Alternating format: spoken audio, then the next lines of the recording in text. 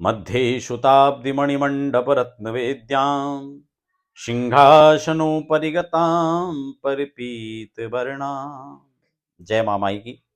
आप सबको आने वाले इस पीताम्बरा जयंती, बगलामुखी जयंती की अग्रिम हार्दिक शुभकामनाएं।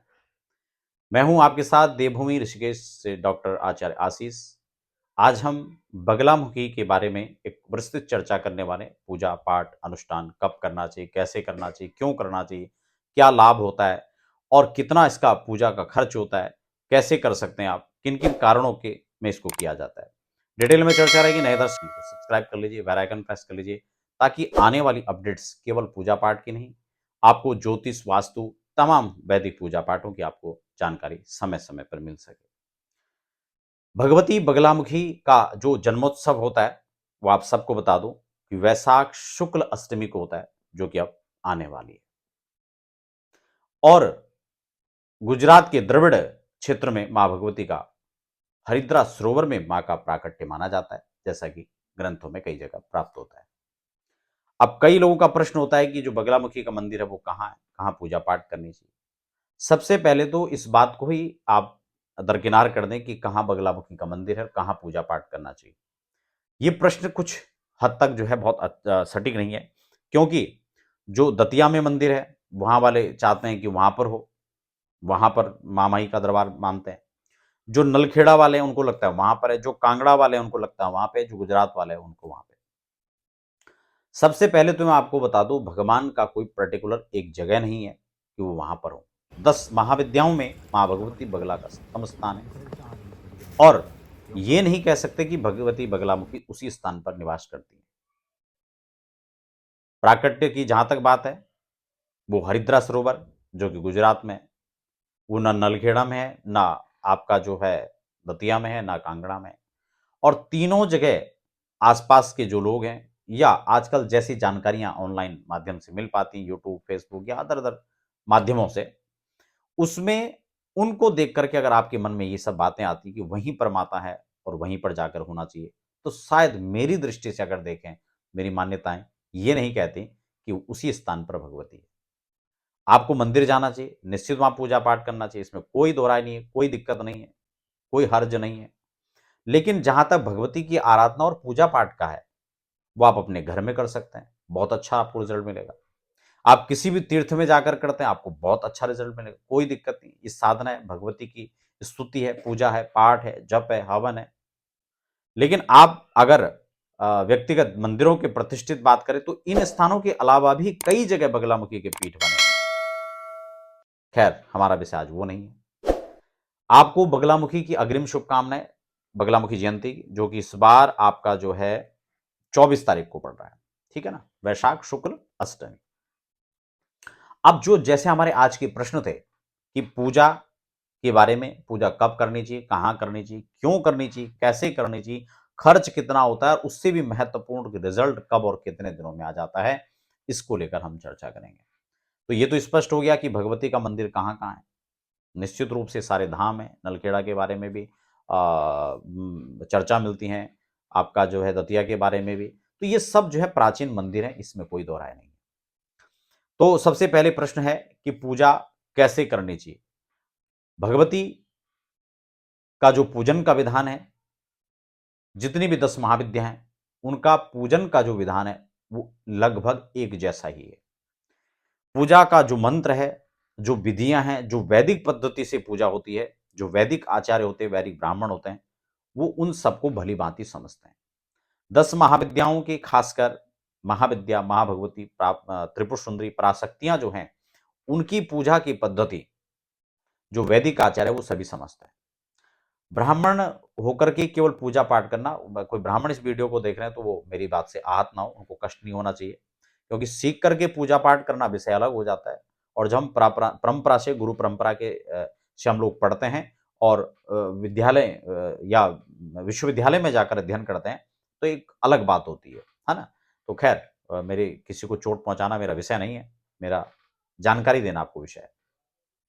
तो वो वैदिक पद्धति होती है, तो पूजा इसी रूप से होती है, ठीक है ना। कब करनी चाहिए? देखिए, जब भी आपको समस्या है, अगर आप समस्या के निस्तारण के लिए कर रहे हैं, तो मेरे हिसाब से आपको तभी आप कर सकते हैं, कोई इसमें दोहराय नहीं है। और कब करना चाहिए? तो जब आपको आवश्यकता है तब करनी चाहिए, जब आपकी श्रद्धा बनती है, आपका विश्वास दृढ़ होता है, तब आपको करना चाहिए।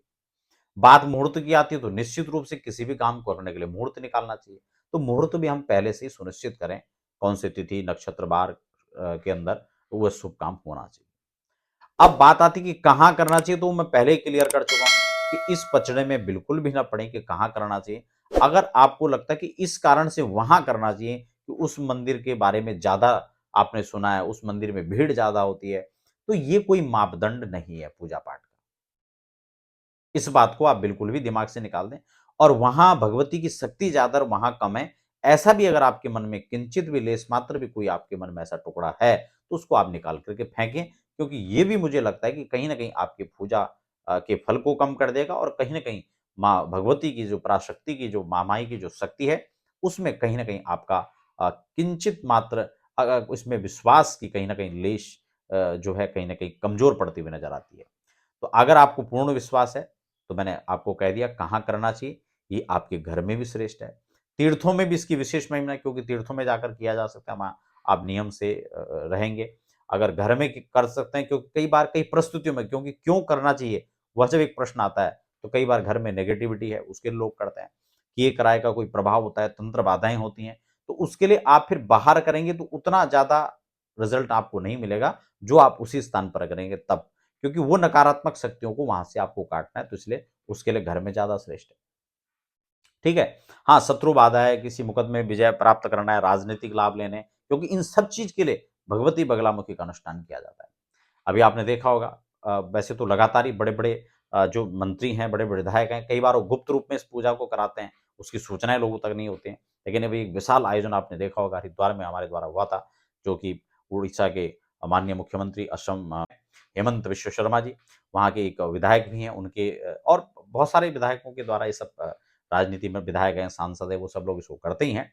लेकिन उसके लिए एक विशाल आयोजन किया गया था, जिसमें 25 ब्राह्मण लगभग थे और वो पूजा बड़ा भव्य जो है गंगा तट पर हरिद्वार में संपन्न हुआ था। तो मेरा कहने का मतलब ये है कि आपके मन में ये संशय नहीं होना चाहिए कि कहाँ करना चाहिए। उसके लिए कार्य पर निर्भर करता है कि हम इसको कहाँ कराएँ। अब उन्होंने राजनीतिक लाभ के लिए प्रचंड जीत के साथ वापसी सत्ता में आने के लिए कहाँ पर हुआ अनुष्ठान? हरिद्वार में हुआ। तो ऐसे ही जो है वो कहीं भी आप करा सकते हैं। टिकट नहीं मिल रहा है, टिकट लेने के लिए लोग कराते हैं कि हमें टिकट मिल जाए पार्टी के द्वारा, है ना? तो अलग-अलग कामनाओं से लोग कराते हैं। उसके बाद अ, ब कोई बीमारियाँ इस प्रकार कई बार दिक्कतें हो जाती हैं, उनका जो है समाधान नहीं मिल पा रहा है, उसके कारण कई अलग और प्रकार के होते हैं। तब ऐसी परिस्थितियों में क्योंकि वो ऐसी जागृत शक्तियाँ हैं कि उनको काट करके आपको पुनः आपकी मुख्य धारा से जोड़ने का काम करती हैं। तो ख़ैर अलग-अलग कारणों से ये पूजा होती है, तो कहाँ करना चाहिए, ये प्रश्न आपको यहाँ पर खत्म हो जाता है। क्यों करना चाहिए? तो ये भगवती की साधना है, आप अपने आंतरिक शत्रुओं पर विजय प्राप्त करने के लिए। कई-कई बार हमें बाहर के शत्रु हमें उतने परेशान नहीं करते हैं। आंतरिक शत्रुओं से जो है व्यक्ति ज़्यादा परेशान है और इन्हीं शत्रुओं पर विजय प्राप्त करने के लिए जो बाह्य शत्रु हों, चाहे आंतरिक शत्रु हैं, इनके लिए हमें पराशक्ति का जो है स्तवन करना चाहिए, उनकी आराधना करनी चाहिए, उनकी साधना करनी चाहिए और इसी क्रम में भगवती प्राम्बिका जो पीताम्बरा हैं, उनकी आराधना और साधना का क्रम है। कैसे करना चाहिए? तो उसके लिए एक वैदिक पद्धति है। हर व्यक्ति को एक दीक्षा लेकर के अपने परंपरा से किसी गुरु से, जिसके प्रति आपकी श्रद्धा हो, जो इस विधि को जानता हो, कर्मकांड की विधि को जानता हो, जो साधक हो, उससे आपको जो है आप निष्ठापूर्वक जब आपको उनको उनकी सेवा करते समय हो जाए और वो प्रसन्न होकर के आपको मंत्र दें, पूरी विधि बताएँ, तब। ये नहीं कि मंत्र भी आजकल माइक में मिल जाते हैं, आपको लगता है गुरु दीक्षा मिल गई और पूजा पाठ हो गया, ठीक है? तो कैसे करना चाहिए? जैसे आपको अपने गुरुदेव के द्वारा वह विधि मिली हो, जैसे वेद विधि है, जैसे परंपरा के अनुसार, तो उस अनुष्ठान को करना चाहिए। अब ये क कई बार एक प्रश्न में रहता है कि खर्चा कितना आना चाहिए, है ना? तो अभी अचानक किसी ने ये प्रश्न हमसे किया 1-2 दिन पहले ही की बात है, तो उन्होंने हमें गूगल से एक स्क्रीनशॉट लेकर के भेजा। कहा गुरुजी ये स्क्रीनशॉट है, उसमें लिखा हुआ था कि पूजा का खर्च कितना हो सकता है। तो काफ़ी हद तक वो सही भी था। उसमें लिखा हुआ था कि जो प्रारंभिक कुछ हवन हैं वो 10-11 हज़ार से शुरू हो सकता है। जप का जो है 11,000 21,000 या फिर 1 लाख, 1.5 लाख या इससे अधिक भी हो सकता है। अब जप की संख्या पर निर्भर उन्होंने बताया था। तो ठीक है, वास्तविकता यही है कि वो जप की संख्या पर ही जो है उसका खर्च होता है। बाकी जो हवन होते हैं, पूजा होते हैं, वो भी उस पर निर्भर करता है कि वो कितने दिन का हवन होगा और कितना हवन होगा, किस चीज़ के लिए होगा। तो इन सब चीज़ों को लेकर के खर्च वास्तव में जो है उस हिसाब से ही उसका कैलकुलेशन किया जाता है। उसमें क्या-क्या चीज़ें ऐड होंगी, है ना? केवल कई बार कुछ लोग क्या है कि अपने तीर्थों में जाते हैं, मैं देखा कई बार हम लोग दतिया में या नलखेड़ा में वहाँ पर जब लोग अपना करवाते हैं, तो संख्या के भई सवा लाख जप कर देना तो अपना दे दिया, तो वो पर्टिकुलर ब्राह्मण वहाँ पे बैठेगा, उनको जप कर देगा। तो उसके लिए कोई विशेष पूजा का विधान, कोई इस प्रकार का खर्च अतिरिक्त नहीं होता है, तो केवल जो जप का खर्चा है, वो उनको देने मात्र से चल जाता है। ठीक है ना? और कई बार वो यजमान वहाँ पर खुद रुकते हैं, खुद पूजा पाठ कराते हैं, तो उसमें पूजा के लिए अलग पंडित होगा, फिर सहयोगी होगा, यंत्र आदि का निर्माण होगा, वेदियाँ बनेंगी, फिर उनके पूजन का खर्चा है, तो वो सब चीज़ भी इंक्लूड करेंगे, तो खर्चा उस हिसाब से बढ़ता चला जाता है ना? फिर हमारे रहने का खर्च वहाँ पे क्या होगा, वो भी ऐड हो जाएगा। ब्राह्मणों के खाने, रहने, पीने, सब चीज़ की व्यवस्था ऐड हो जाएगी, तो वो खर्च और अत्यधिक बढ़ता चला जाता है, ठीक है ना? इसलिए ये निश्चित नहीं है कि वो खर्च इतना ही होगा, ठीक है? अगर केवल जप मात्र ही हाँ जी, जप करना है, सवा लाख जप करना है, तो उसका खर्चा लमसम इतना आ सकता है। इस तरह से उसका निर्धारण होगा। तो निर्धारित हो सकता है खर्च। तो आप घर में करा सकते हैं, बाहर करा सकते हैं, तीर्थ में करा सकते हैं। खर्च भी अनुमानित मैंने आपको बता दिया। अब रिज़ल्ट की बात आती है। कई लोगों को लगता है कि रिज़ल्ट कब मिलेगा इसका, कितने दिन में मिलता है? तो ये कहीं नहीं लिखा है कि रिज़ल्ट आपको इतने दिन में मिल जाएगा। अनेक-अनेक लोगों ने जितने बार अनुष्ठान किए हैं, जितने कर्म सिद्धि के लिए किए हैं, ऐसा भी नहीं कि 100% हर बार वो अनुष्ठान सब सफल ही होते हैं। भले वो सब लोग दावा ठोकते हैं ना, उससे कोई फ़र्क नहीं पड़ता। हर कोई अपनी मार्केटिंग करता है, अपने बारे में श्रेष्ठ बताएगा। मैं भी अपने को कम नहीं बताऊँगा। हर व्यक्ति अपने आप को श्रेष्ठ बताता है, उसमें कोई शक नहीं है। लेकिन हाँ, जो सच्चाई है, वो भी आपको बताना मेरा कर्तव्य है। कई बार तो ये होता है कि अनुष्ठान सफल ही नहीं होते हैं। क्यों नहीं होते हैं? क्योंकि जो अनुष्ठान की जो विधि है, उसके लिए जो अनुष्ठान हो रहा है, उसके कई पार्ट हैं। यजमान भी उसका पार्ट है, करने वाले आचार्य भी उसके पार्ट हैं, जो अन्य ऋत्विजगण जपार्थी हैं, वो भी उसके जो हैं पार्ट हैं और जो सामग्री हैं, जो व्यवस्थाएँ, जो स्थान है, वो सारी चीज़ों को इसीलिए कलिकाल के अंदर अनुष्ठान कराना कोई सामान्य खेल नहीं है। कई बार हमें लगता है बस जा कर के धुआँ उड़ा दिया, हवन हो गया, हाँ जी, हम तो करके आ गए। नहीं। कलिकाल के अंदर इसकी पूरी व्यवस्था चाहिए और इस समय हर एक चीज की व्यवस्था जुटाना कोई सामान्य बात नहीं है। इसलिए हम लोग अनुष्ठान करवाते भी हैं तो बड़ी सतर्कता के साथ में पहले से समय लेकर पूरी व्यवस्था के साथ में। ये नहीं कि तत्काल में आपने कहा और तत्काल में नहीं नहीं, समय लगता है हर चीज के लिए। इसलिए रिजल्ट की जहां तक बात आती है तो रिजल्ट पाने में कोई कठिनाई नहीं है, वशर्त आपको सारी चीजों का संतुलन बिठाना होगा। जब सारी चीजें संतुलित होंगी, पूर्व निर्धारित होंगी और भगवती की कृपा होगी, क्योंकि बिना उसकी कृपा के भी संभव नहीं है। और ये सब होता है तो रिजल्ट हमने तत्काल देखे। कई बार तो करते-करते लोगों ने कहा रिजल्ट आ गया। ऐसी बहुत सारी घटनाएँ हैं। 5 दिन का अनुष्ठान था, 3 दिन में ही काम हो गया। तो ये ज़माना कहने लगे अब क्या करें गुरुजी, काम तो हो गया, क्या विश्राम कर दें? नहीं, नहीं। संकल्प लिया है, संकल्प पूर्ण होगा। कई बार महामाई परीक्षा भी ले लेती है।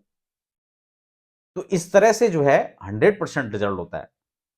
और समय पर रिजल्ट मिलता है, लेकिन ये कोई निर्धारित नहीं है कि 1 दिन में मिलेगा या 10 दिन में मिलेगा।